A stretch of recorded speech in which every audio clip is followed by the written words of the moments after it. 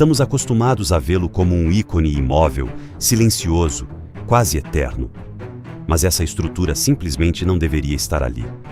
1.000 toneladas de concreto armado, desafiando a gravidade a mais de 700 metros acima do nível do mar, posicionadas no topo de um dos picos mais hostis do Brasil, onde os ventos ultrapassam facilmente os 200 km por hora.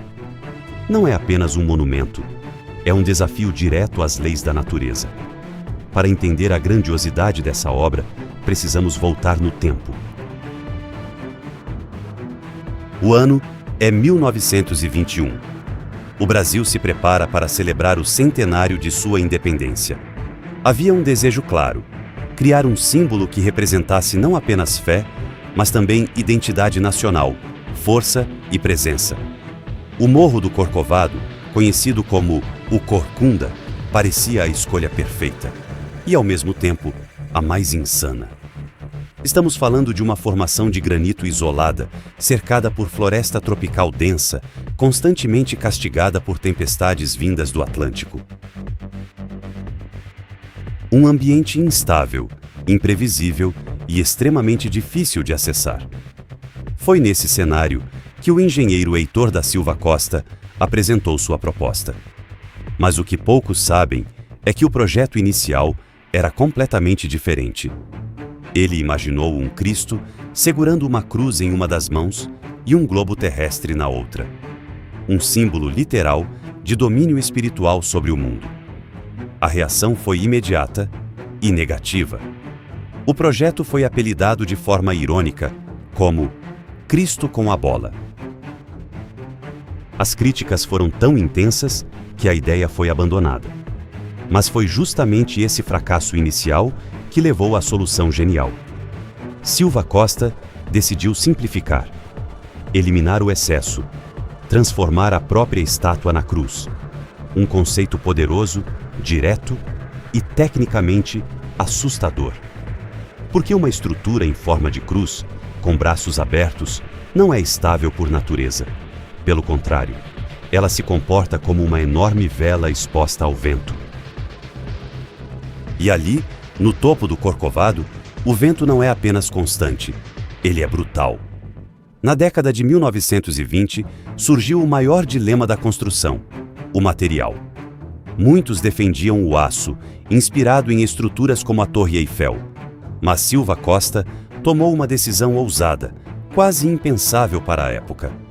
Ele escolheu o concreto armado. O aço, exposto à maresia e à umidade tropical, sofreria corrosão intensa e exigiria manutenção constante. Em poucas décadas, a estrutura poderia comprometer sua integridade. O concreto, por outro lado, era considerado a pedra do futuro. Mas havia um problema. Nunca antes havia sido utilizado em uma obra artística dessa complexidade e escala. Era uma aposta que precisava dar certo. Para isso, Silva Costa recorreu a um dos maiores nomes da engenharia estrutural do mundo, Albert Caquot. Caquot não precisava apenas calcular o peso da estrutura, que ultrapassava 1.100 toneladas. Ele precisava prever o comportamento do monumento sob pressão constante do vento. Os braços abertos do Cristo funcionam como uma superfície de impacto. Em tempestades, a força exercida pode atingir centenas de quilos por metro quadrado. Era necessário criar algo que fosse rígido, mas ao mesmo tempo distribuísse as tensões de forma inteligente. E então surgiu outro desafio. Como despejar concreto de forma uniforme, sem bolhas de ar, a 700 metros de altitude, em um ambiente onde o clima muda a cada poucos minutos? Enquanto a engenharia avançava no Brasil, a arte ganhava forma na França. Silva Costa sabia que o concreto precisava de dignidade estética, precisava de alma. Ele então escolheu o escultor Paul Landowski. Mas Landowski nunca subiu o Corcovado. Ele trabalhou em seu ateliê em Paris, criando modelos gigantes em gesso da cabeça e das mãos. A cabeça tinha quase 4 metros de altura, cada mão mais de 3 metros. Esses modelos foram cortados em dezenas de partes, criando moldes que seriam enviados ao Brasil. E aqui começa uma das maiores operações de montagem da história da engenharia. Cada peça precisava ser perfeitamente posicionada. Um erro de milímetros na base poderia significar metros de desvio no topo. Era um quebra-cabeça tridimensional monumental. Agora imagine o canteiro de obras em 1926. Não existiam estradas pavimentadas até o topo. Tudo precisava subir pela ferrovia do Corcovado. Cada saco de cimento, cada estrutura de andaime, cada molde vindo da Europa. O espaço era limitado. Não havia área para armazenamento. O que chegava precisava ser usado imediatamente. Era uma operação sincronizada. Os trabalhadores viviam isolados, muitas vezes envolvidos por neblina densa que tornava os andaimes escorregadios e perigosos. E mesmo assim, durante 9 anos de construção, nenhuma morte foi registrada. Uma façanha que, até hoje, impressiona.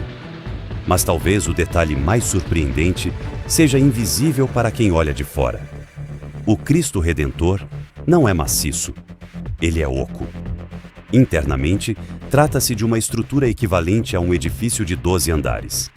Pilares, vigas diagonais e suportes distribuem o peso até as fundações, cravadas diretamente no granito da montanha. Existe uma escada interna que permite acesso da base até a cabeça. Corredores estreitos revelam a complexidade escondida sob a superfície. E no interior, há um detalhe quase simbólico. Na altura do peito, Silva Costa mandou esculpir um pequeno coração, visível por dentro e por fora. Uma assinatura silenciosa, uma mensagem deixada para o futuro. Mas o concreto, apesar de resistente, tem um problema. Ele racha com o tempo. E em um ambiente como o Corcovado, isso é inevitável. Era necessário um revestimento. E a solução veio de Minas Gerais. Pedra-sabão. Um material aparentemente frágil, mas extremamente resistente quando exposto ao tempo. Mas como revestir uma estrutura tão complexa? A resposta foi impressionante. Mais de 6 milhões de pequenas peças triangulares foram cortadas manualmente. Cada uma com poucos centímetros. Essas peças foram coladas em folhas de papel e levadas até o topo, aplicadas como um gigantesco mosaico. Muitas das mulheres que participaram escreveram mensagens no verso das peças, nomes, pedidos, histórias. Hoje, o Cristo não é apenas concreto, é uma pele viva de pedra. E essa pele enfrenta outro inimigo constante: os raios. O Corcovado é um dos pontos com maior incidência de descargas elétricas da região. Para sobreviver, a estrutura foi projetada como uma gaiola de Faraday. A eletricidade percorre o interior e é dissipada nas fundações. Mesmo assim, impactos diretos causam danos. Em 2014, um raio destruiu parte do dedo da estátua. O reparo? Uma operação extrema.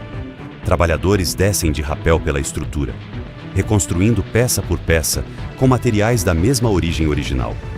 Quando o Cristo foi inaugurado em 1931, o mundo viu mais do que uma estátua. Viu uma vitória, uma conquista sobre o impossível. Hoje, milhões olham para ele sem imaginar o que existe por trás.